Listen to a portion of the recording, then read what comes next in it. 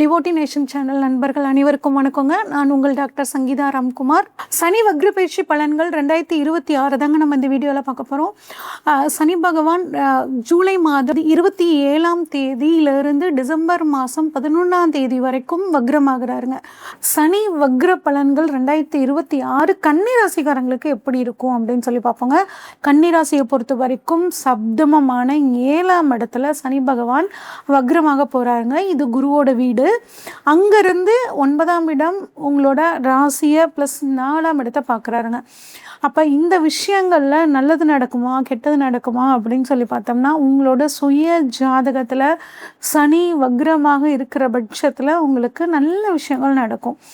சனி வக்ரமாக இல்லைங்க, நார்மலாக தான் இருக்குது என்னோடய ஜாதகத்தில் அப்படின்னா, ஒரு சிறு தடைக்கு அப்புறம் உங்களுக்கு நல்ல விஷயங்கள் நடக்கும். ஓகே, இப்போ உங்களுக்கு இந்த சனி வக்ர காலங்களில் 138 நாட்களில் என்னென்ன விஷயங்கள்லாம் பாசிட்டிவாக நடக்கும், என்னென்ன விஷயங்கள்லாம் நெகட்டிவாக நடக்கும், அதை எப்படி நம்ம பாசிட்டிவாக மாற்றிக்கலாம் அப்படிங்கிற விஷயங்களை நம்ம இப்போ பார்க்கலாங்க.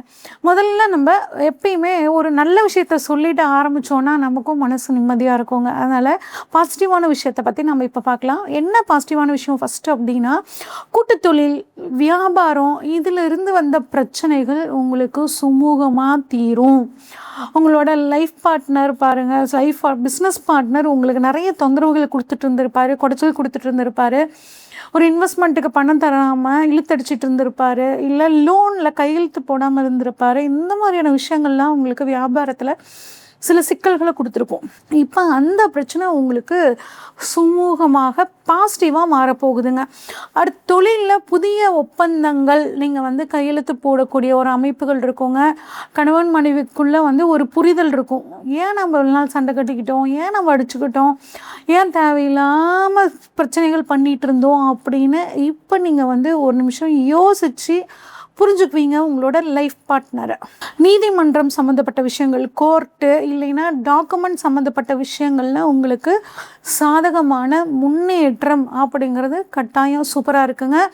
வெளிநாடு தொடர்பு வாய்ப்புகள், அதாவது போய் வெளிநாட்டில் பிஸ்னஸ் ஆரம்பிக்கணும், இல்லை வெளிநாடு போய் படிக்கணும் அப்படிங்கிற மாதிரியான அமைப்பில் இருக்கிறவங்களுக்கு உங்களுக்கு இந்த சமயத்தில் வெளிநாடு போகக்கூடிய வாய்ப்புகள் ரொம்பவே சூப்பராக இருக்குங்க.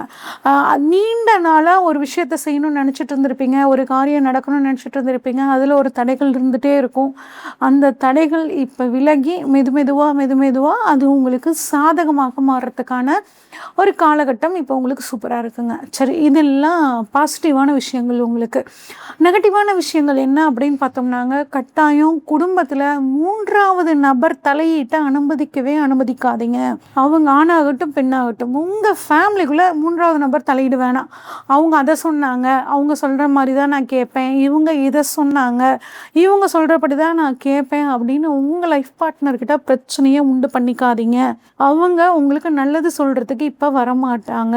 உங்களோட குடும்பத்தில் பிரச்சனையை சிக்கலை உருவாக்குறதுக்கான ஆளாக தான் இப்போ 3வது நபர் உங்களுக்கு வருவார். அதனால் அந்த விஷயத்தில் கொஞ்சம் கவனமாக இருங்க. கொஞ்சம் கோபம் வரும், பிடிவாத குணம் இருக்கும். அதை இந்த சமயத்தில் குறைச்சிக்கிறது ரொம்பவே நல்லதுங்க.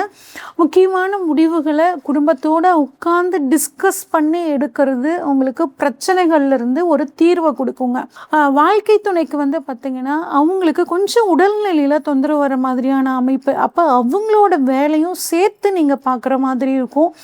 அதனால் கொஞ்சம் ஒர்க் ப்ரெஷர் அப்படிங்கிறது இந்த சமயத்தில் உங்களுக்கு இருக்குங்க. டைம் மேனேஜ்மெண்ட் பண்ணிக்கிட்டிங்கன்னா அந்த பிரச்சனைகள்லேருந்தும் நீங்கள் வெளியே வந்துடலாங்க. டாக்குமெண்ட்டு சாதகமாக முடியும்னு சொல்லியிருக்கேன். ஆனால் டாக்குமெண்ட்டில் சைன் போடும்போது, ஒரு ஒப்பந்தம் சைன் போடும்போது ஒரு தடவைக்கு 2 தடவை ஒரு வரி கூட விடாமல் படித்து பார்த்துட்டு கையெழுத்து போடும்போது அது உங்களுக்கு சாதகமாக இருக்கும். ரொம்ப கவனமாக படித்து பார்த்துருங்க. அதே மாதிரி உறவுகள்கிட்ட நான் சொல்கிறது தான் கரெக்டு அப்படின்னு ஆர்கியூமெண்ட் பண்ணாதீங்க. அவங்க என்ன சொல்ல வர்றாங்களோ அந்த விஷயத்தையும் காதில் வாங்கிக்கிட்டு முடிவு பண்ணுறது சிறப்புங்க. உங்களுக்கு வெளிப்படையாக ஃப்ரெண்ட்ஷிப்பாக இருக்கிறவங்க எல்லாம் உங்களுக்கு நல்லது நினைக்கக்கூடியவங்க அப்படின்னு நீங்கள் நம்புறத கொஞ்சம் நிறுத்திக்கோங்க. ஏன்னா அவங்க நட்புலேயே சில பேர் உங்களுக்கு இந்த சமயத்தில் சில சிக்கல்களை கொடுக்க காத்துட்ருக்காங்க. அதனால் கொஞ்சம் கவனித்து ஒரு மனிதன் எப்படி செயல்படுவான் அப்படிங்கிறத, அதுவும் உங்கள் ஃப்ரெண்டு எப்படி செயல்படுவார் அப்படிங்கிறத ஒரு கவனித்து அதுக்கப்புறம் நீங்கள் முடிவெடுக்கிறது நல்லதுங்க. இதுதான் உங்களுக்கு இருக்க நெகட்டிவ். அதை எப்படி பாசிட்டிவாக மாற்றிக்கணும்னு நம்ம சொல்லியாச்சு. ஓகே, அடுத்து 7ஆம் இடத்துல சனி வக்ரமாக இருக்கிறனால வாழ்க்கை துணை அப்படிங்கிறவங்ககிட்ட ரொம்ப கவனமாக இருக்கிறது ரொம்பவே சிறப்பு. ஆனால் அந்த உங்களோட பிறப்பு ஜாதகத்தில் 7ஆம் இடத்துல சனி வக்ரமாக இருந்தார் அப்படின்னா இந்த சமயத்தில் இந்த 138 நாள் ரொம்ப நாளாக கல்யாணத்துக்காக காத்துட்ருக்கிறவங்களுக்கு நிச்சயமாக கல்யாணம் நடந்தே தீருங்க. அதில் எந்த விதமான மாற்றமும் கிடையாது. அடுத்து 9ஆம் இடத்தை சனி பார்க்குறாருங்க. பாக்கியத்தை சனி பார்க்கும்போது இதனால் பாக்கியங்களில் வரக்கூடிய தடைகள், குழந்தை பாக்கியமாகட்டும், எல்லா விதமான பாக்கியங்களிலும் வந்த தடைகள் இப்போ உங்களுக்கு விலக ஆரம்பிக்குங்க. தந்தையோட உடல் ஆரோக்கியத்தில் ஒரு முன்னேற்றம் அப்படிங்கிறது இருக்கும். நிறைய பயணங்கள் போவீங்க, வெளிநாட்டு பயணங்கள் போவீங்க, ஆன்மீக பயணங்கள் நிறைய போகக்கூடிய ஒரு அமைப்பு. அதன் மூலியமாக மன நிம்மதி, மன திருப்தி அப்படிங்கிறது உங்களுக்கு கிடைக்கும். அதே மாதிரி ரிசர்ச் 9 நாள் ரிசர்ச்சுங்க. ரிசர்ச் ஃபீல்டில் இருக்கிறவங்களுக்கு ரொம்பவே இந்த காலத்தில் சூப்பராக இருக்கும். ராசியை சனி வக்ரமாகி பார்க்குறாருங்க. அப்போ கொஞ்சம் சோம்பலை விட்டுட்டு சுறுசுறுப்பாக இருக்கணும். அதுக்குன்னு அதீத வேகம் அப்படிங்கிறதும் ஆபத்துங்க. எந்த ஒரு விஷயத்தையும் சுறுசுறுப்போடு செய்யும்போது உங்களுக்கு அதுவும் பாசிட்டிவாக இருக்கும். தைரியம், தன்னம்பிக்கை அப்படிங்கிறது இந்த சமயத்தில் உங்களுக்கு அதிகரிக்குங்க. அடுத்து 4ஆம் இடமான சுகஸ்தானத்தையும் சனி வக்ரமாக பார்க்குறாரு. அப்போ உங்கள் ஜாதகத்தில் சனி வக்ரமாக இருந்துச்சு அப்படின்னா இந்த சமயத்தில் நீங்கள் வீடு, வண்டி, வாகனம், சொத்து, சுகங்கள் இதெல்லாம் வாங்கக்கூடிய அமைப்புங்க.